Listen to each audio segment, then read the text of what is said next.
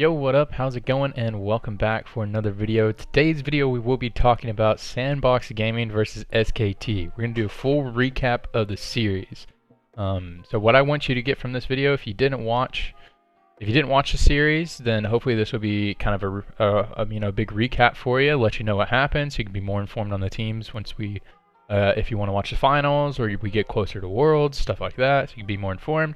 And if you did watch the series, I just kind of want to touch on how the series played out and kind of talk about the highlights and what the future of each team kind of looks like throughout the rest of the playoffs and the gauntlet run and stuff like that. So that's the other thing I want to talk about, so just mainly hitting up on that. You can see the topics over to the side over here. You see over there, this is going to be, rather than like a breakdown of each game, at the end we're going to talk about each game, but rather than like a hard breakdown of each game, like a VOD review analysis, this is going to be more of like an overview of what actually happened in the series and hitting on the high points and what the teams actually look like. Alright, so let's just get right into it. I have a couple big takeaways from this. The first takeaway, if I had to put the entire Sandbox versus SKT into one sentence, it would be this for me. In Sandbox versus SKT, what we learned is SKT is good and Clid is better. Clid had an insane series.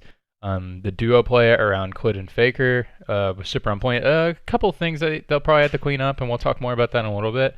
Just kind of being a little bit off with each other, but the plays that they would try to make, that even didn't work. You'd see the idea, and Sandbox really had no way of shutting it down. And the way that Clid executed fights and picks and everything about this series, the way he moved around the map, especially in Game 2, everything about this series was just screaming, like, Clid. Clid looked like the best, as good as any jungler you'd ever think of in this series. So that was a huge takeaway for me overall. The other big takeaway from this series, just talking about the series itself rather than the actual players, is in the draft and everything Sandbox wanted to do in this game, SKT immediately had an answer and a counter for.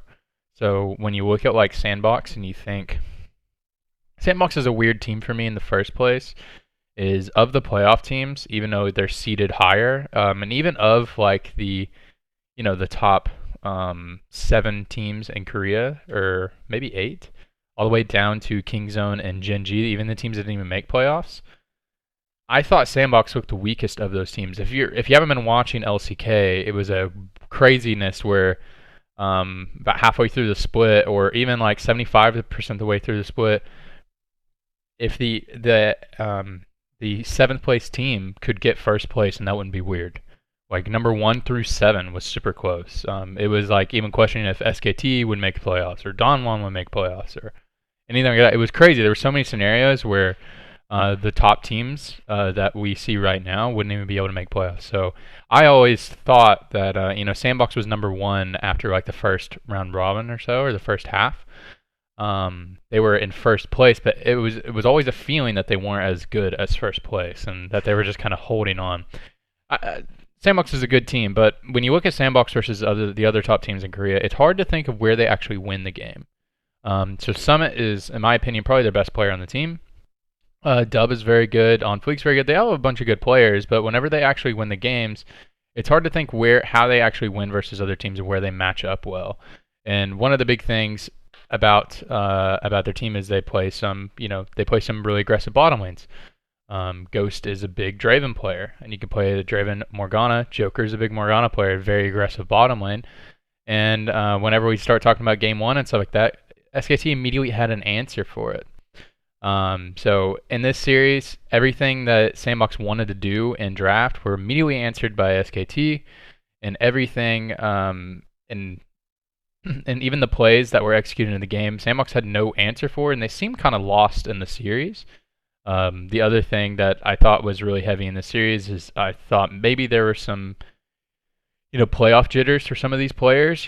It's hard to tell, but on Fleek had some really questionable plays throughout the game, and what looked like some type of nervous type mistakes. And the team itself just really looked kind of lost overall. But it's their first best of 5 playoff series, so and they're facing SKT, so pretty tough task. Alrighty, so let's talk mainly about, I rambled on a little bit right there, but let's talk about each game, and let's talk about how they actually played out. So I'm gonna pull up my Game of Legends screen right here. Where is it? This one, this scene. I found it. I found the scene. Let's talk about this. This is a great website, Games of Legend, by the way. If you want to look at like pro stats and series recaps and stuff like that, it's a great website to use. So let's talk about the draft. And so something that was really interesting before we even start talking about the draft is Sandbox had a side selection advantage. So 1, 3, and 5 because of the higher seeded team, I believe is how it goes in LCK. And Sandbox chose to have blue side, which is very interesting. So they chose to have first pick. And the meta in Korea and the meta around the world is really red side favored. If you don't know the difference between blue side and red side and the strength points, I'm not going to explain it too much because hopefully you already know that. In the future I'll do a video like that for people who don't know. But the big advantage of having red side is that you get counter pick options. So you get counter pick options and you also get the first pick after the second phase. So it's really good for getting counter picks as well as the geography of the map. It favors a safer route to getting to the dragons. So red side is a big advantage. The advantage of having blue side obviously is you get first pick, and you have a better route into getting Rift Herald.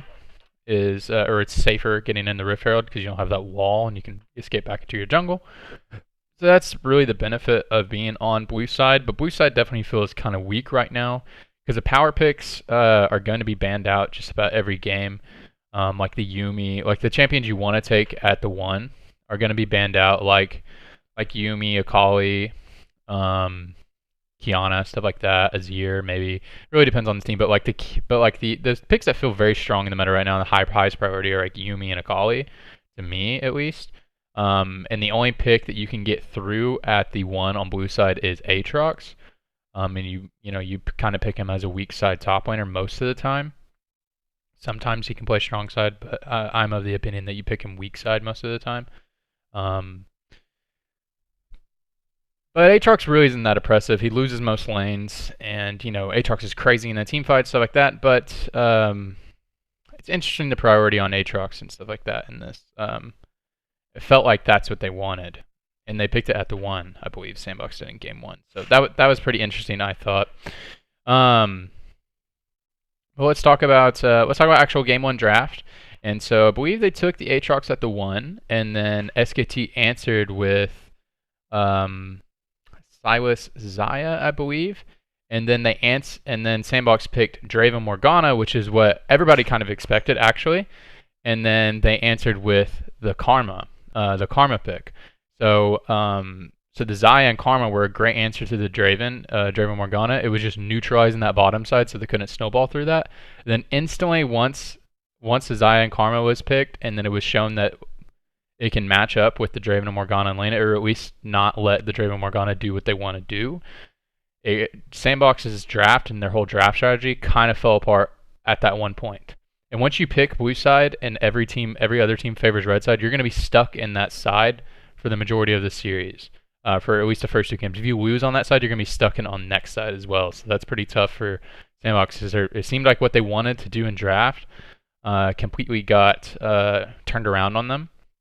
Now they're going to be stuck on that side. As you see, they didn't pick the Draven Morgana for the rest of the series because they knew that SKT had some answers for it. They took away the Karma in the other games, but if they've shown they can counter it with one matchup and you didn't know about it, or you didn't expect it to work as well, then they might have another one, and so you just kind of have to give up on that draft strategy after the first game. So that was pretty tough for them. The other big thing in this series was really cool is the Azir Corki got nerfed, and that did some really fun things for SKT. Faker played an assassin each game, so that was awesome to see. But let's talk more about game 1 a little bit more. I just got a little bit ahead of myself. So in the game 1, Sandbox's draft really didn't have anything going for it. So they lose the side lanes.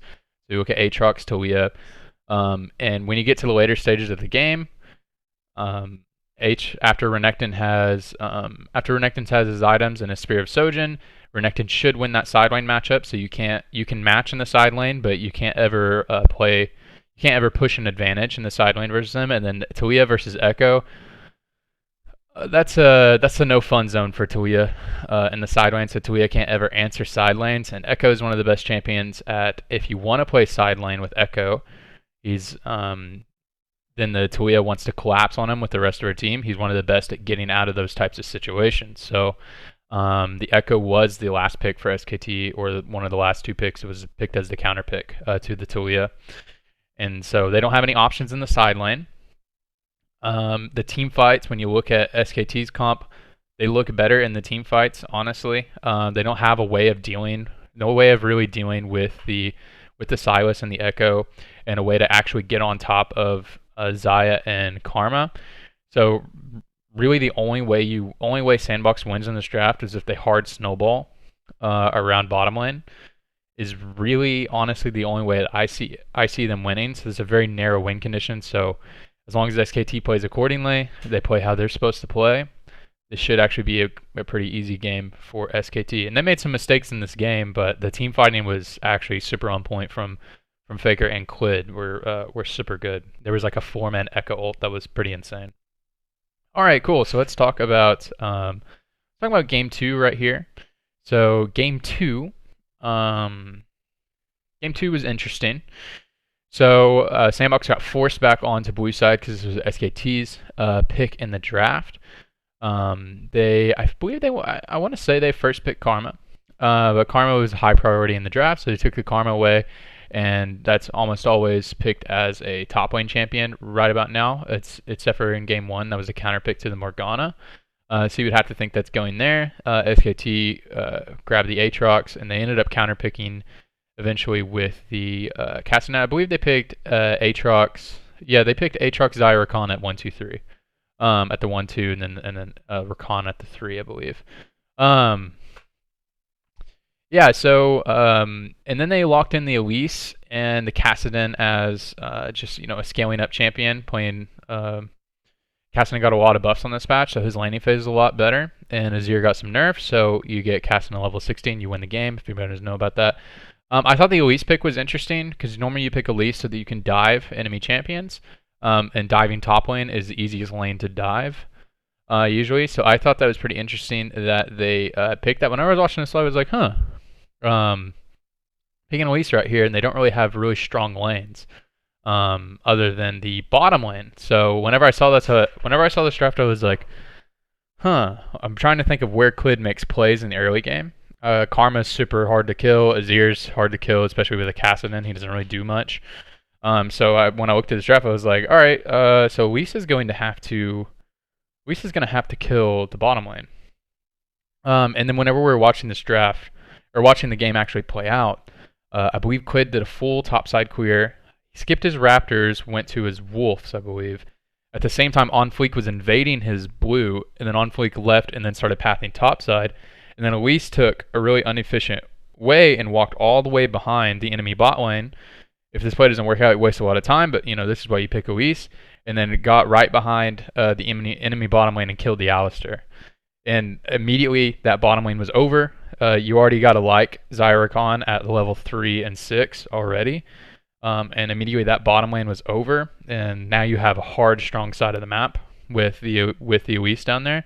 And they just continued to make plays around the whole bottom side of the map. The other thing that didn't help is maybe it was game 3. Yeah, it was game 3. Now I'm thinking about it. I was about to say Khan solo killing Karma in lane, but that didn't actually happen. But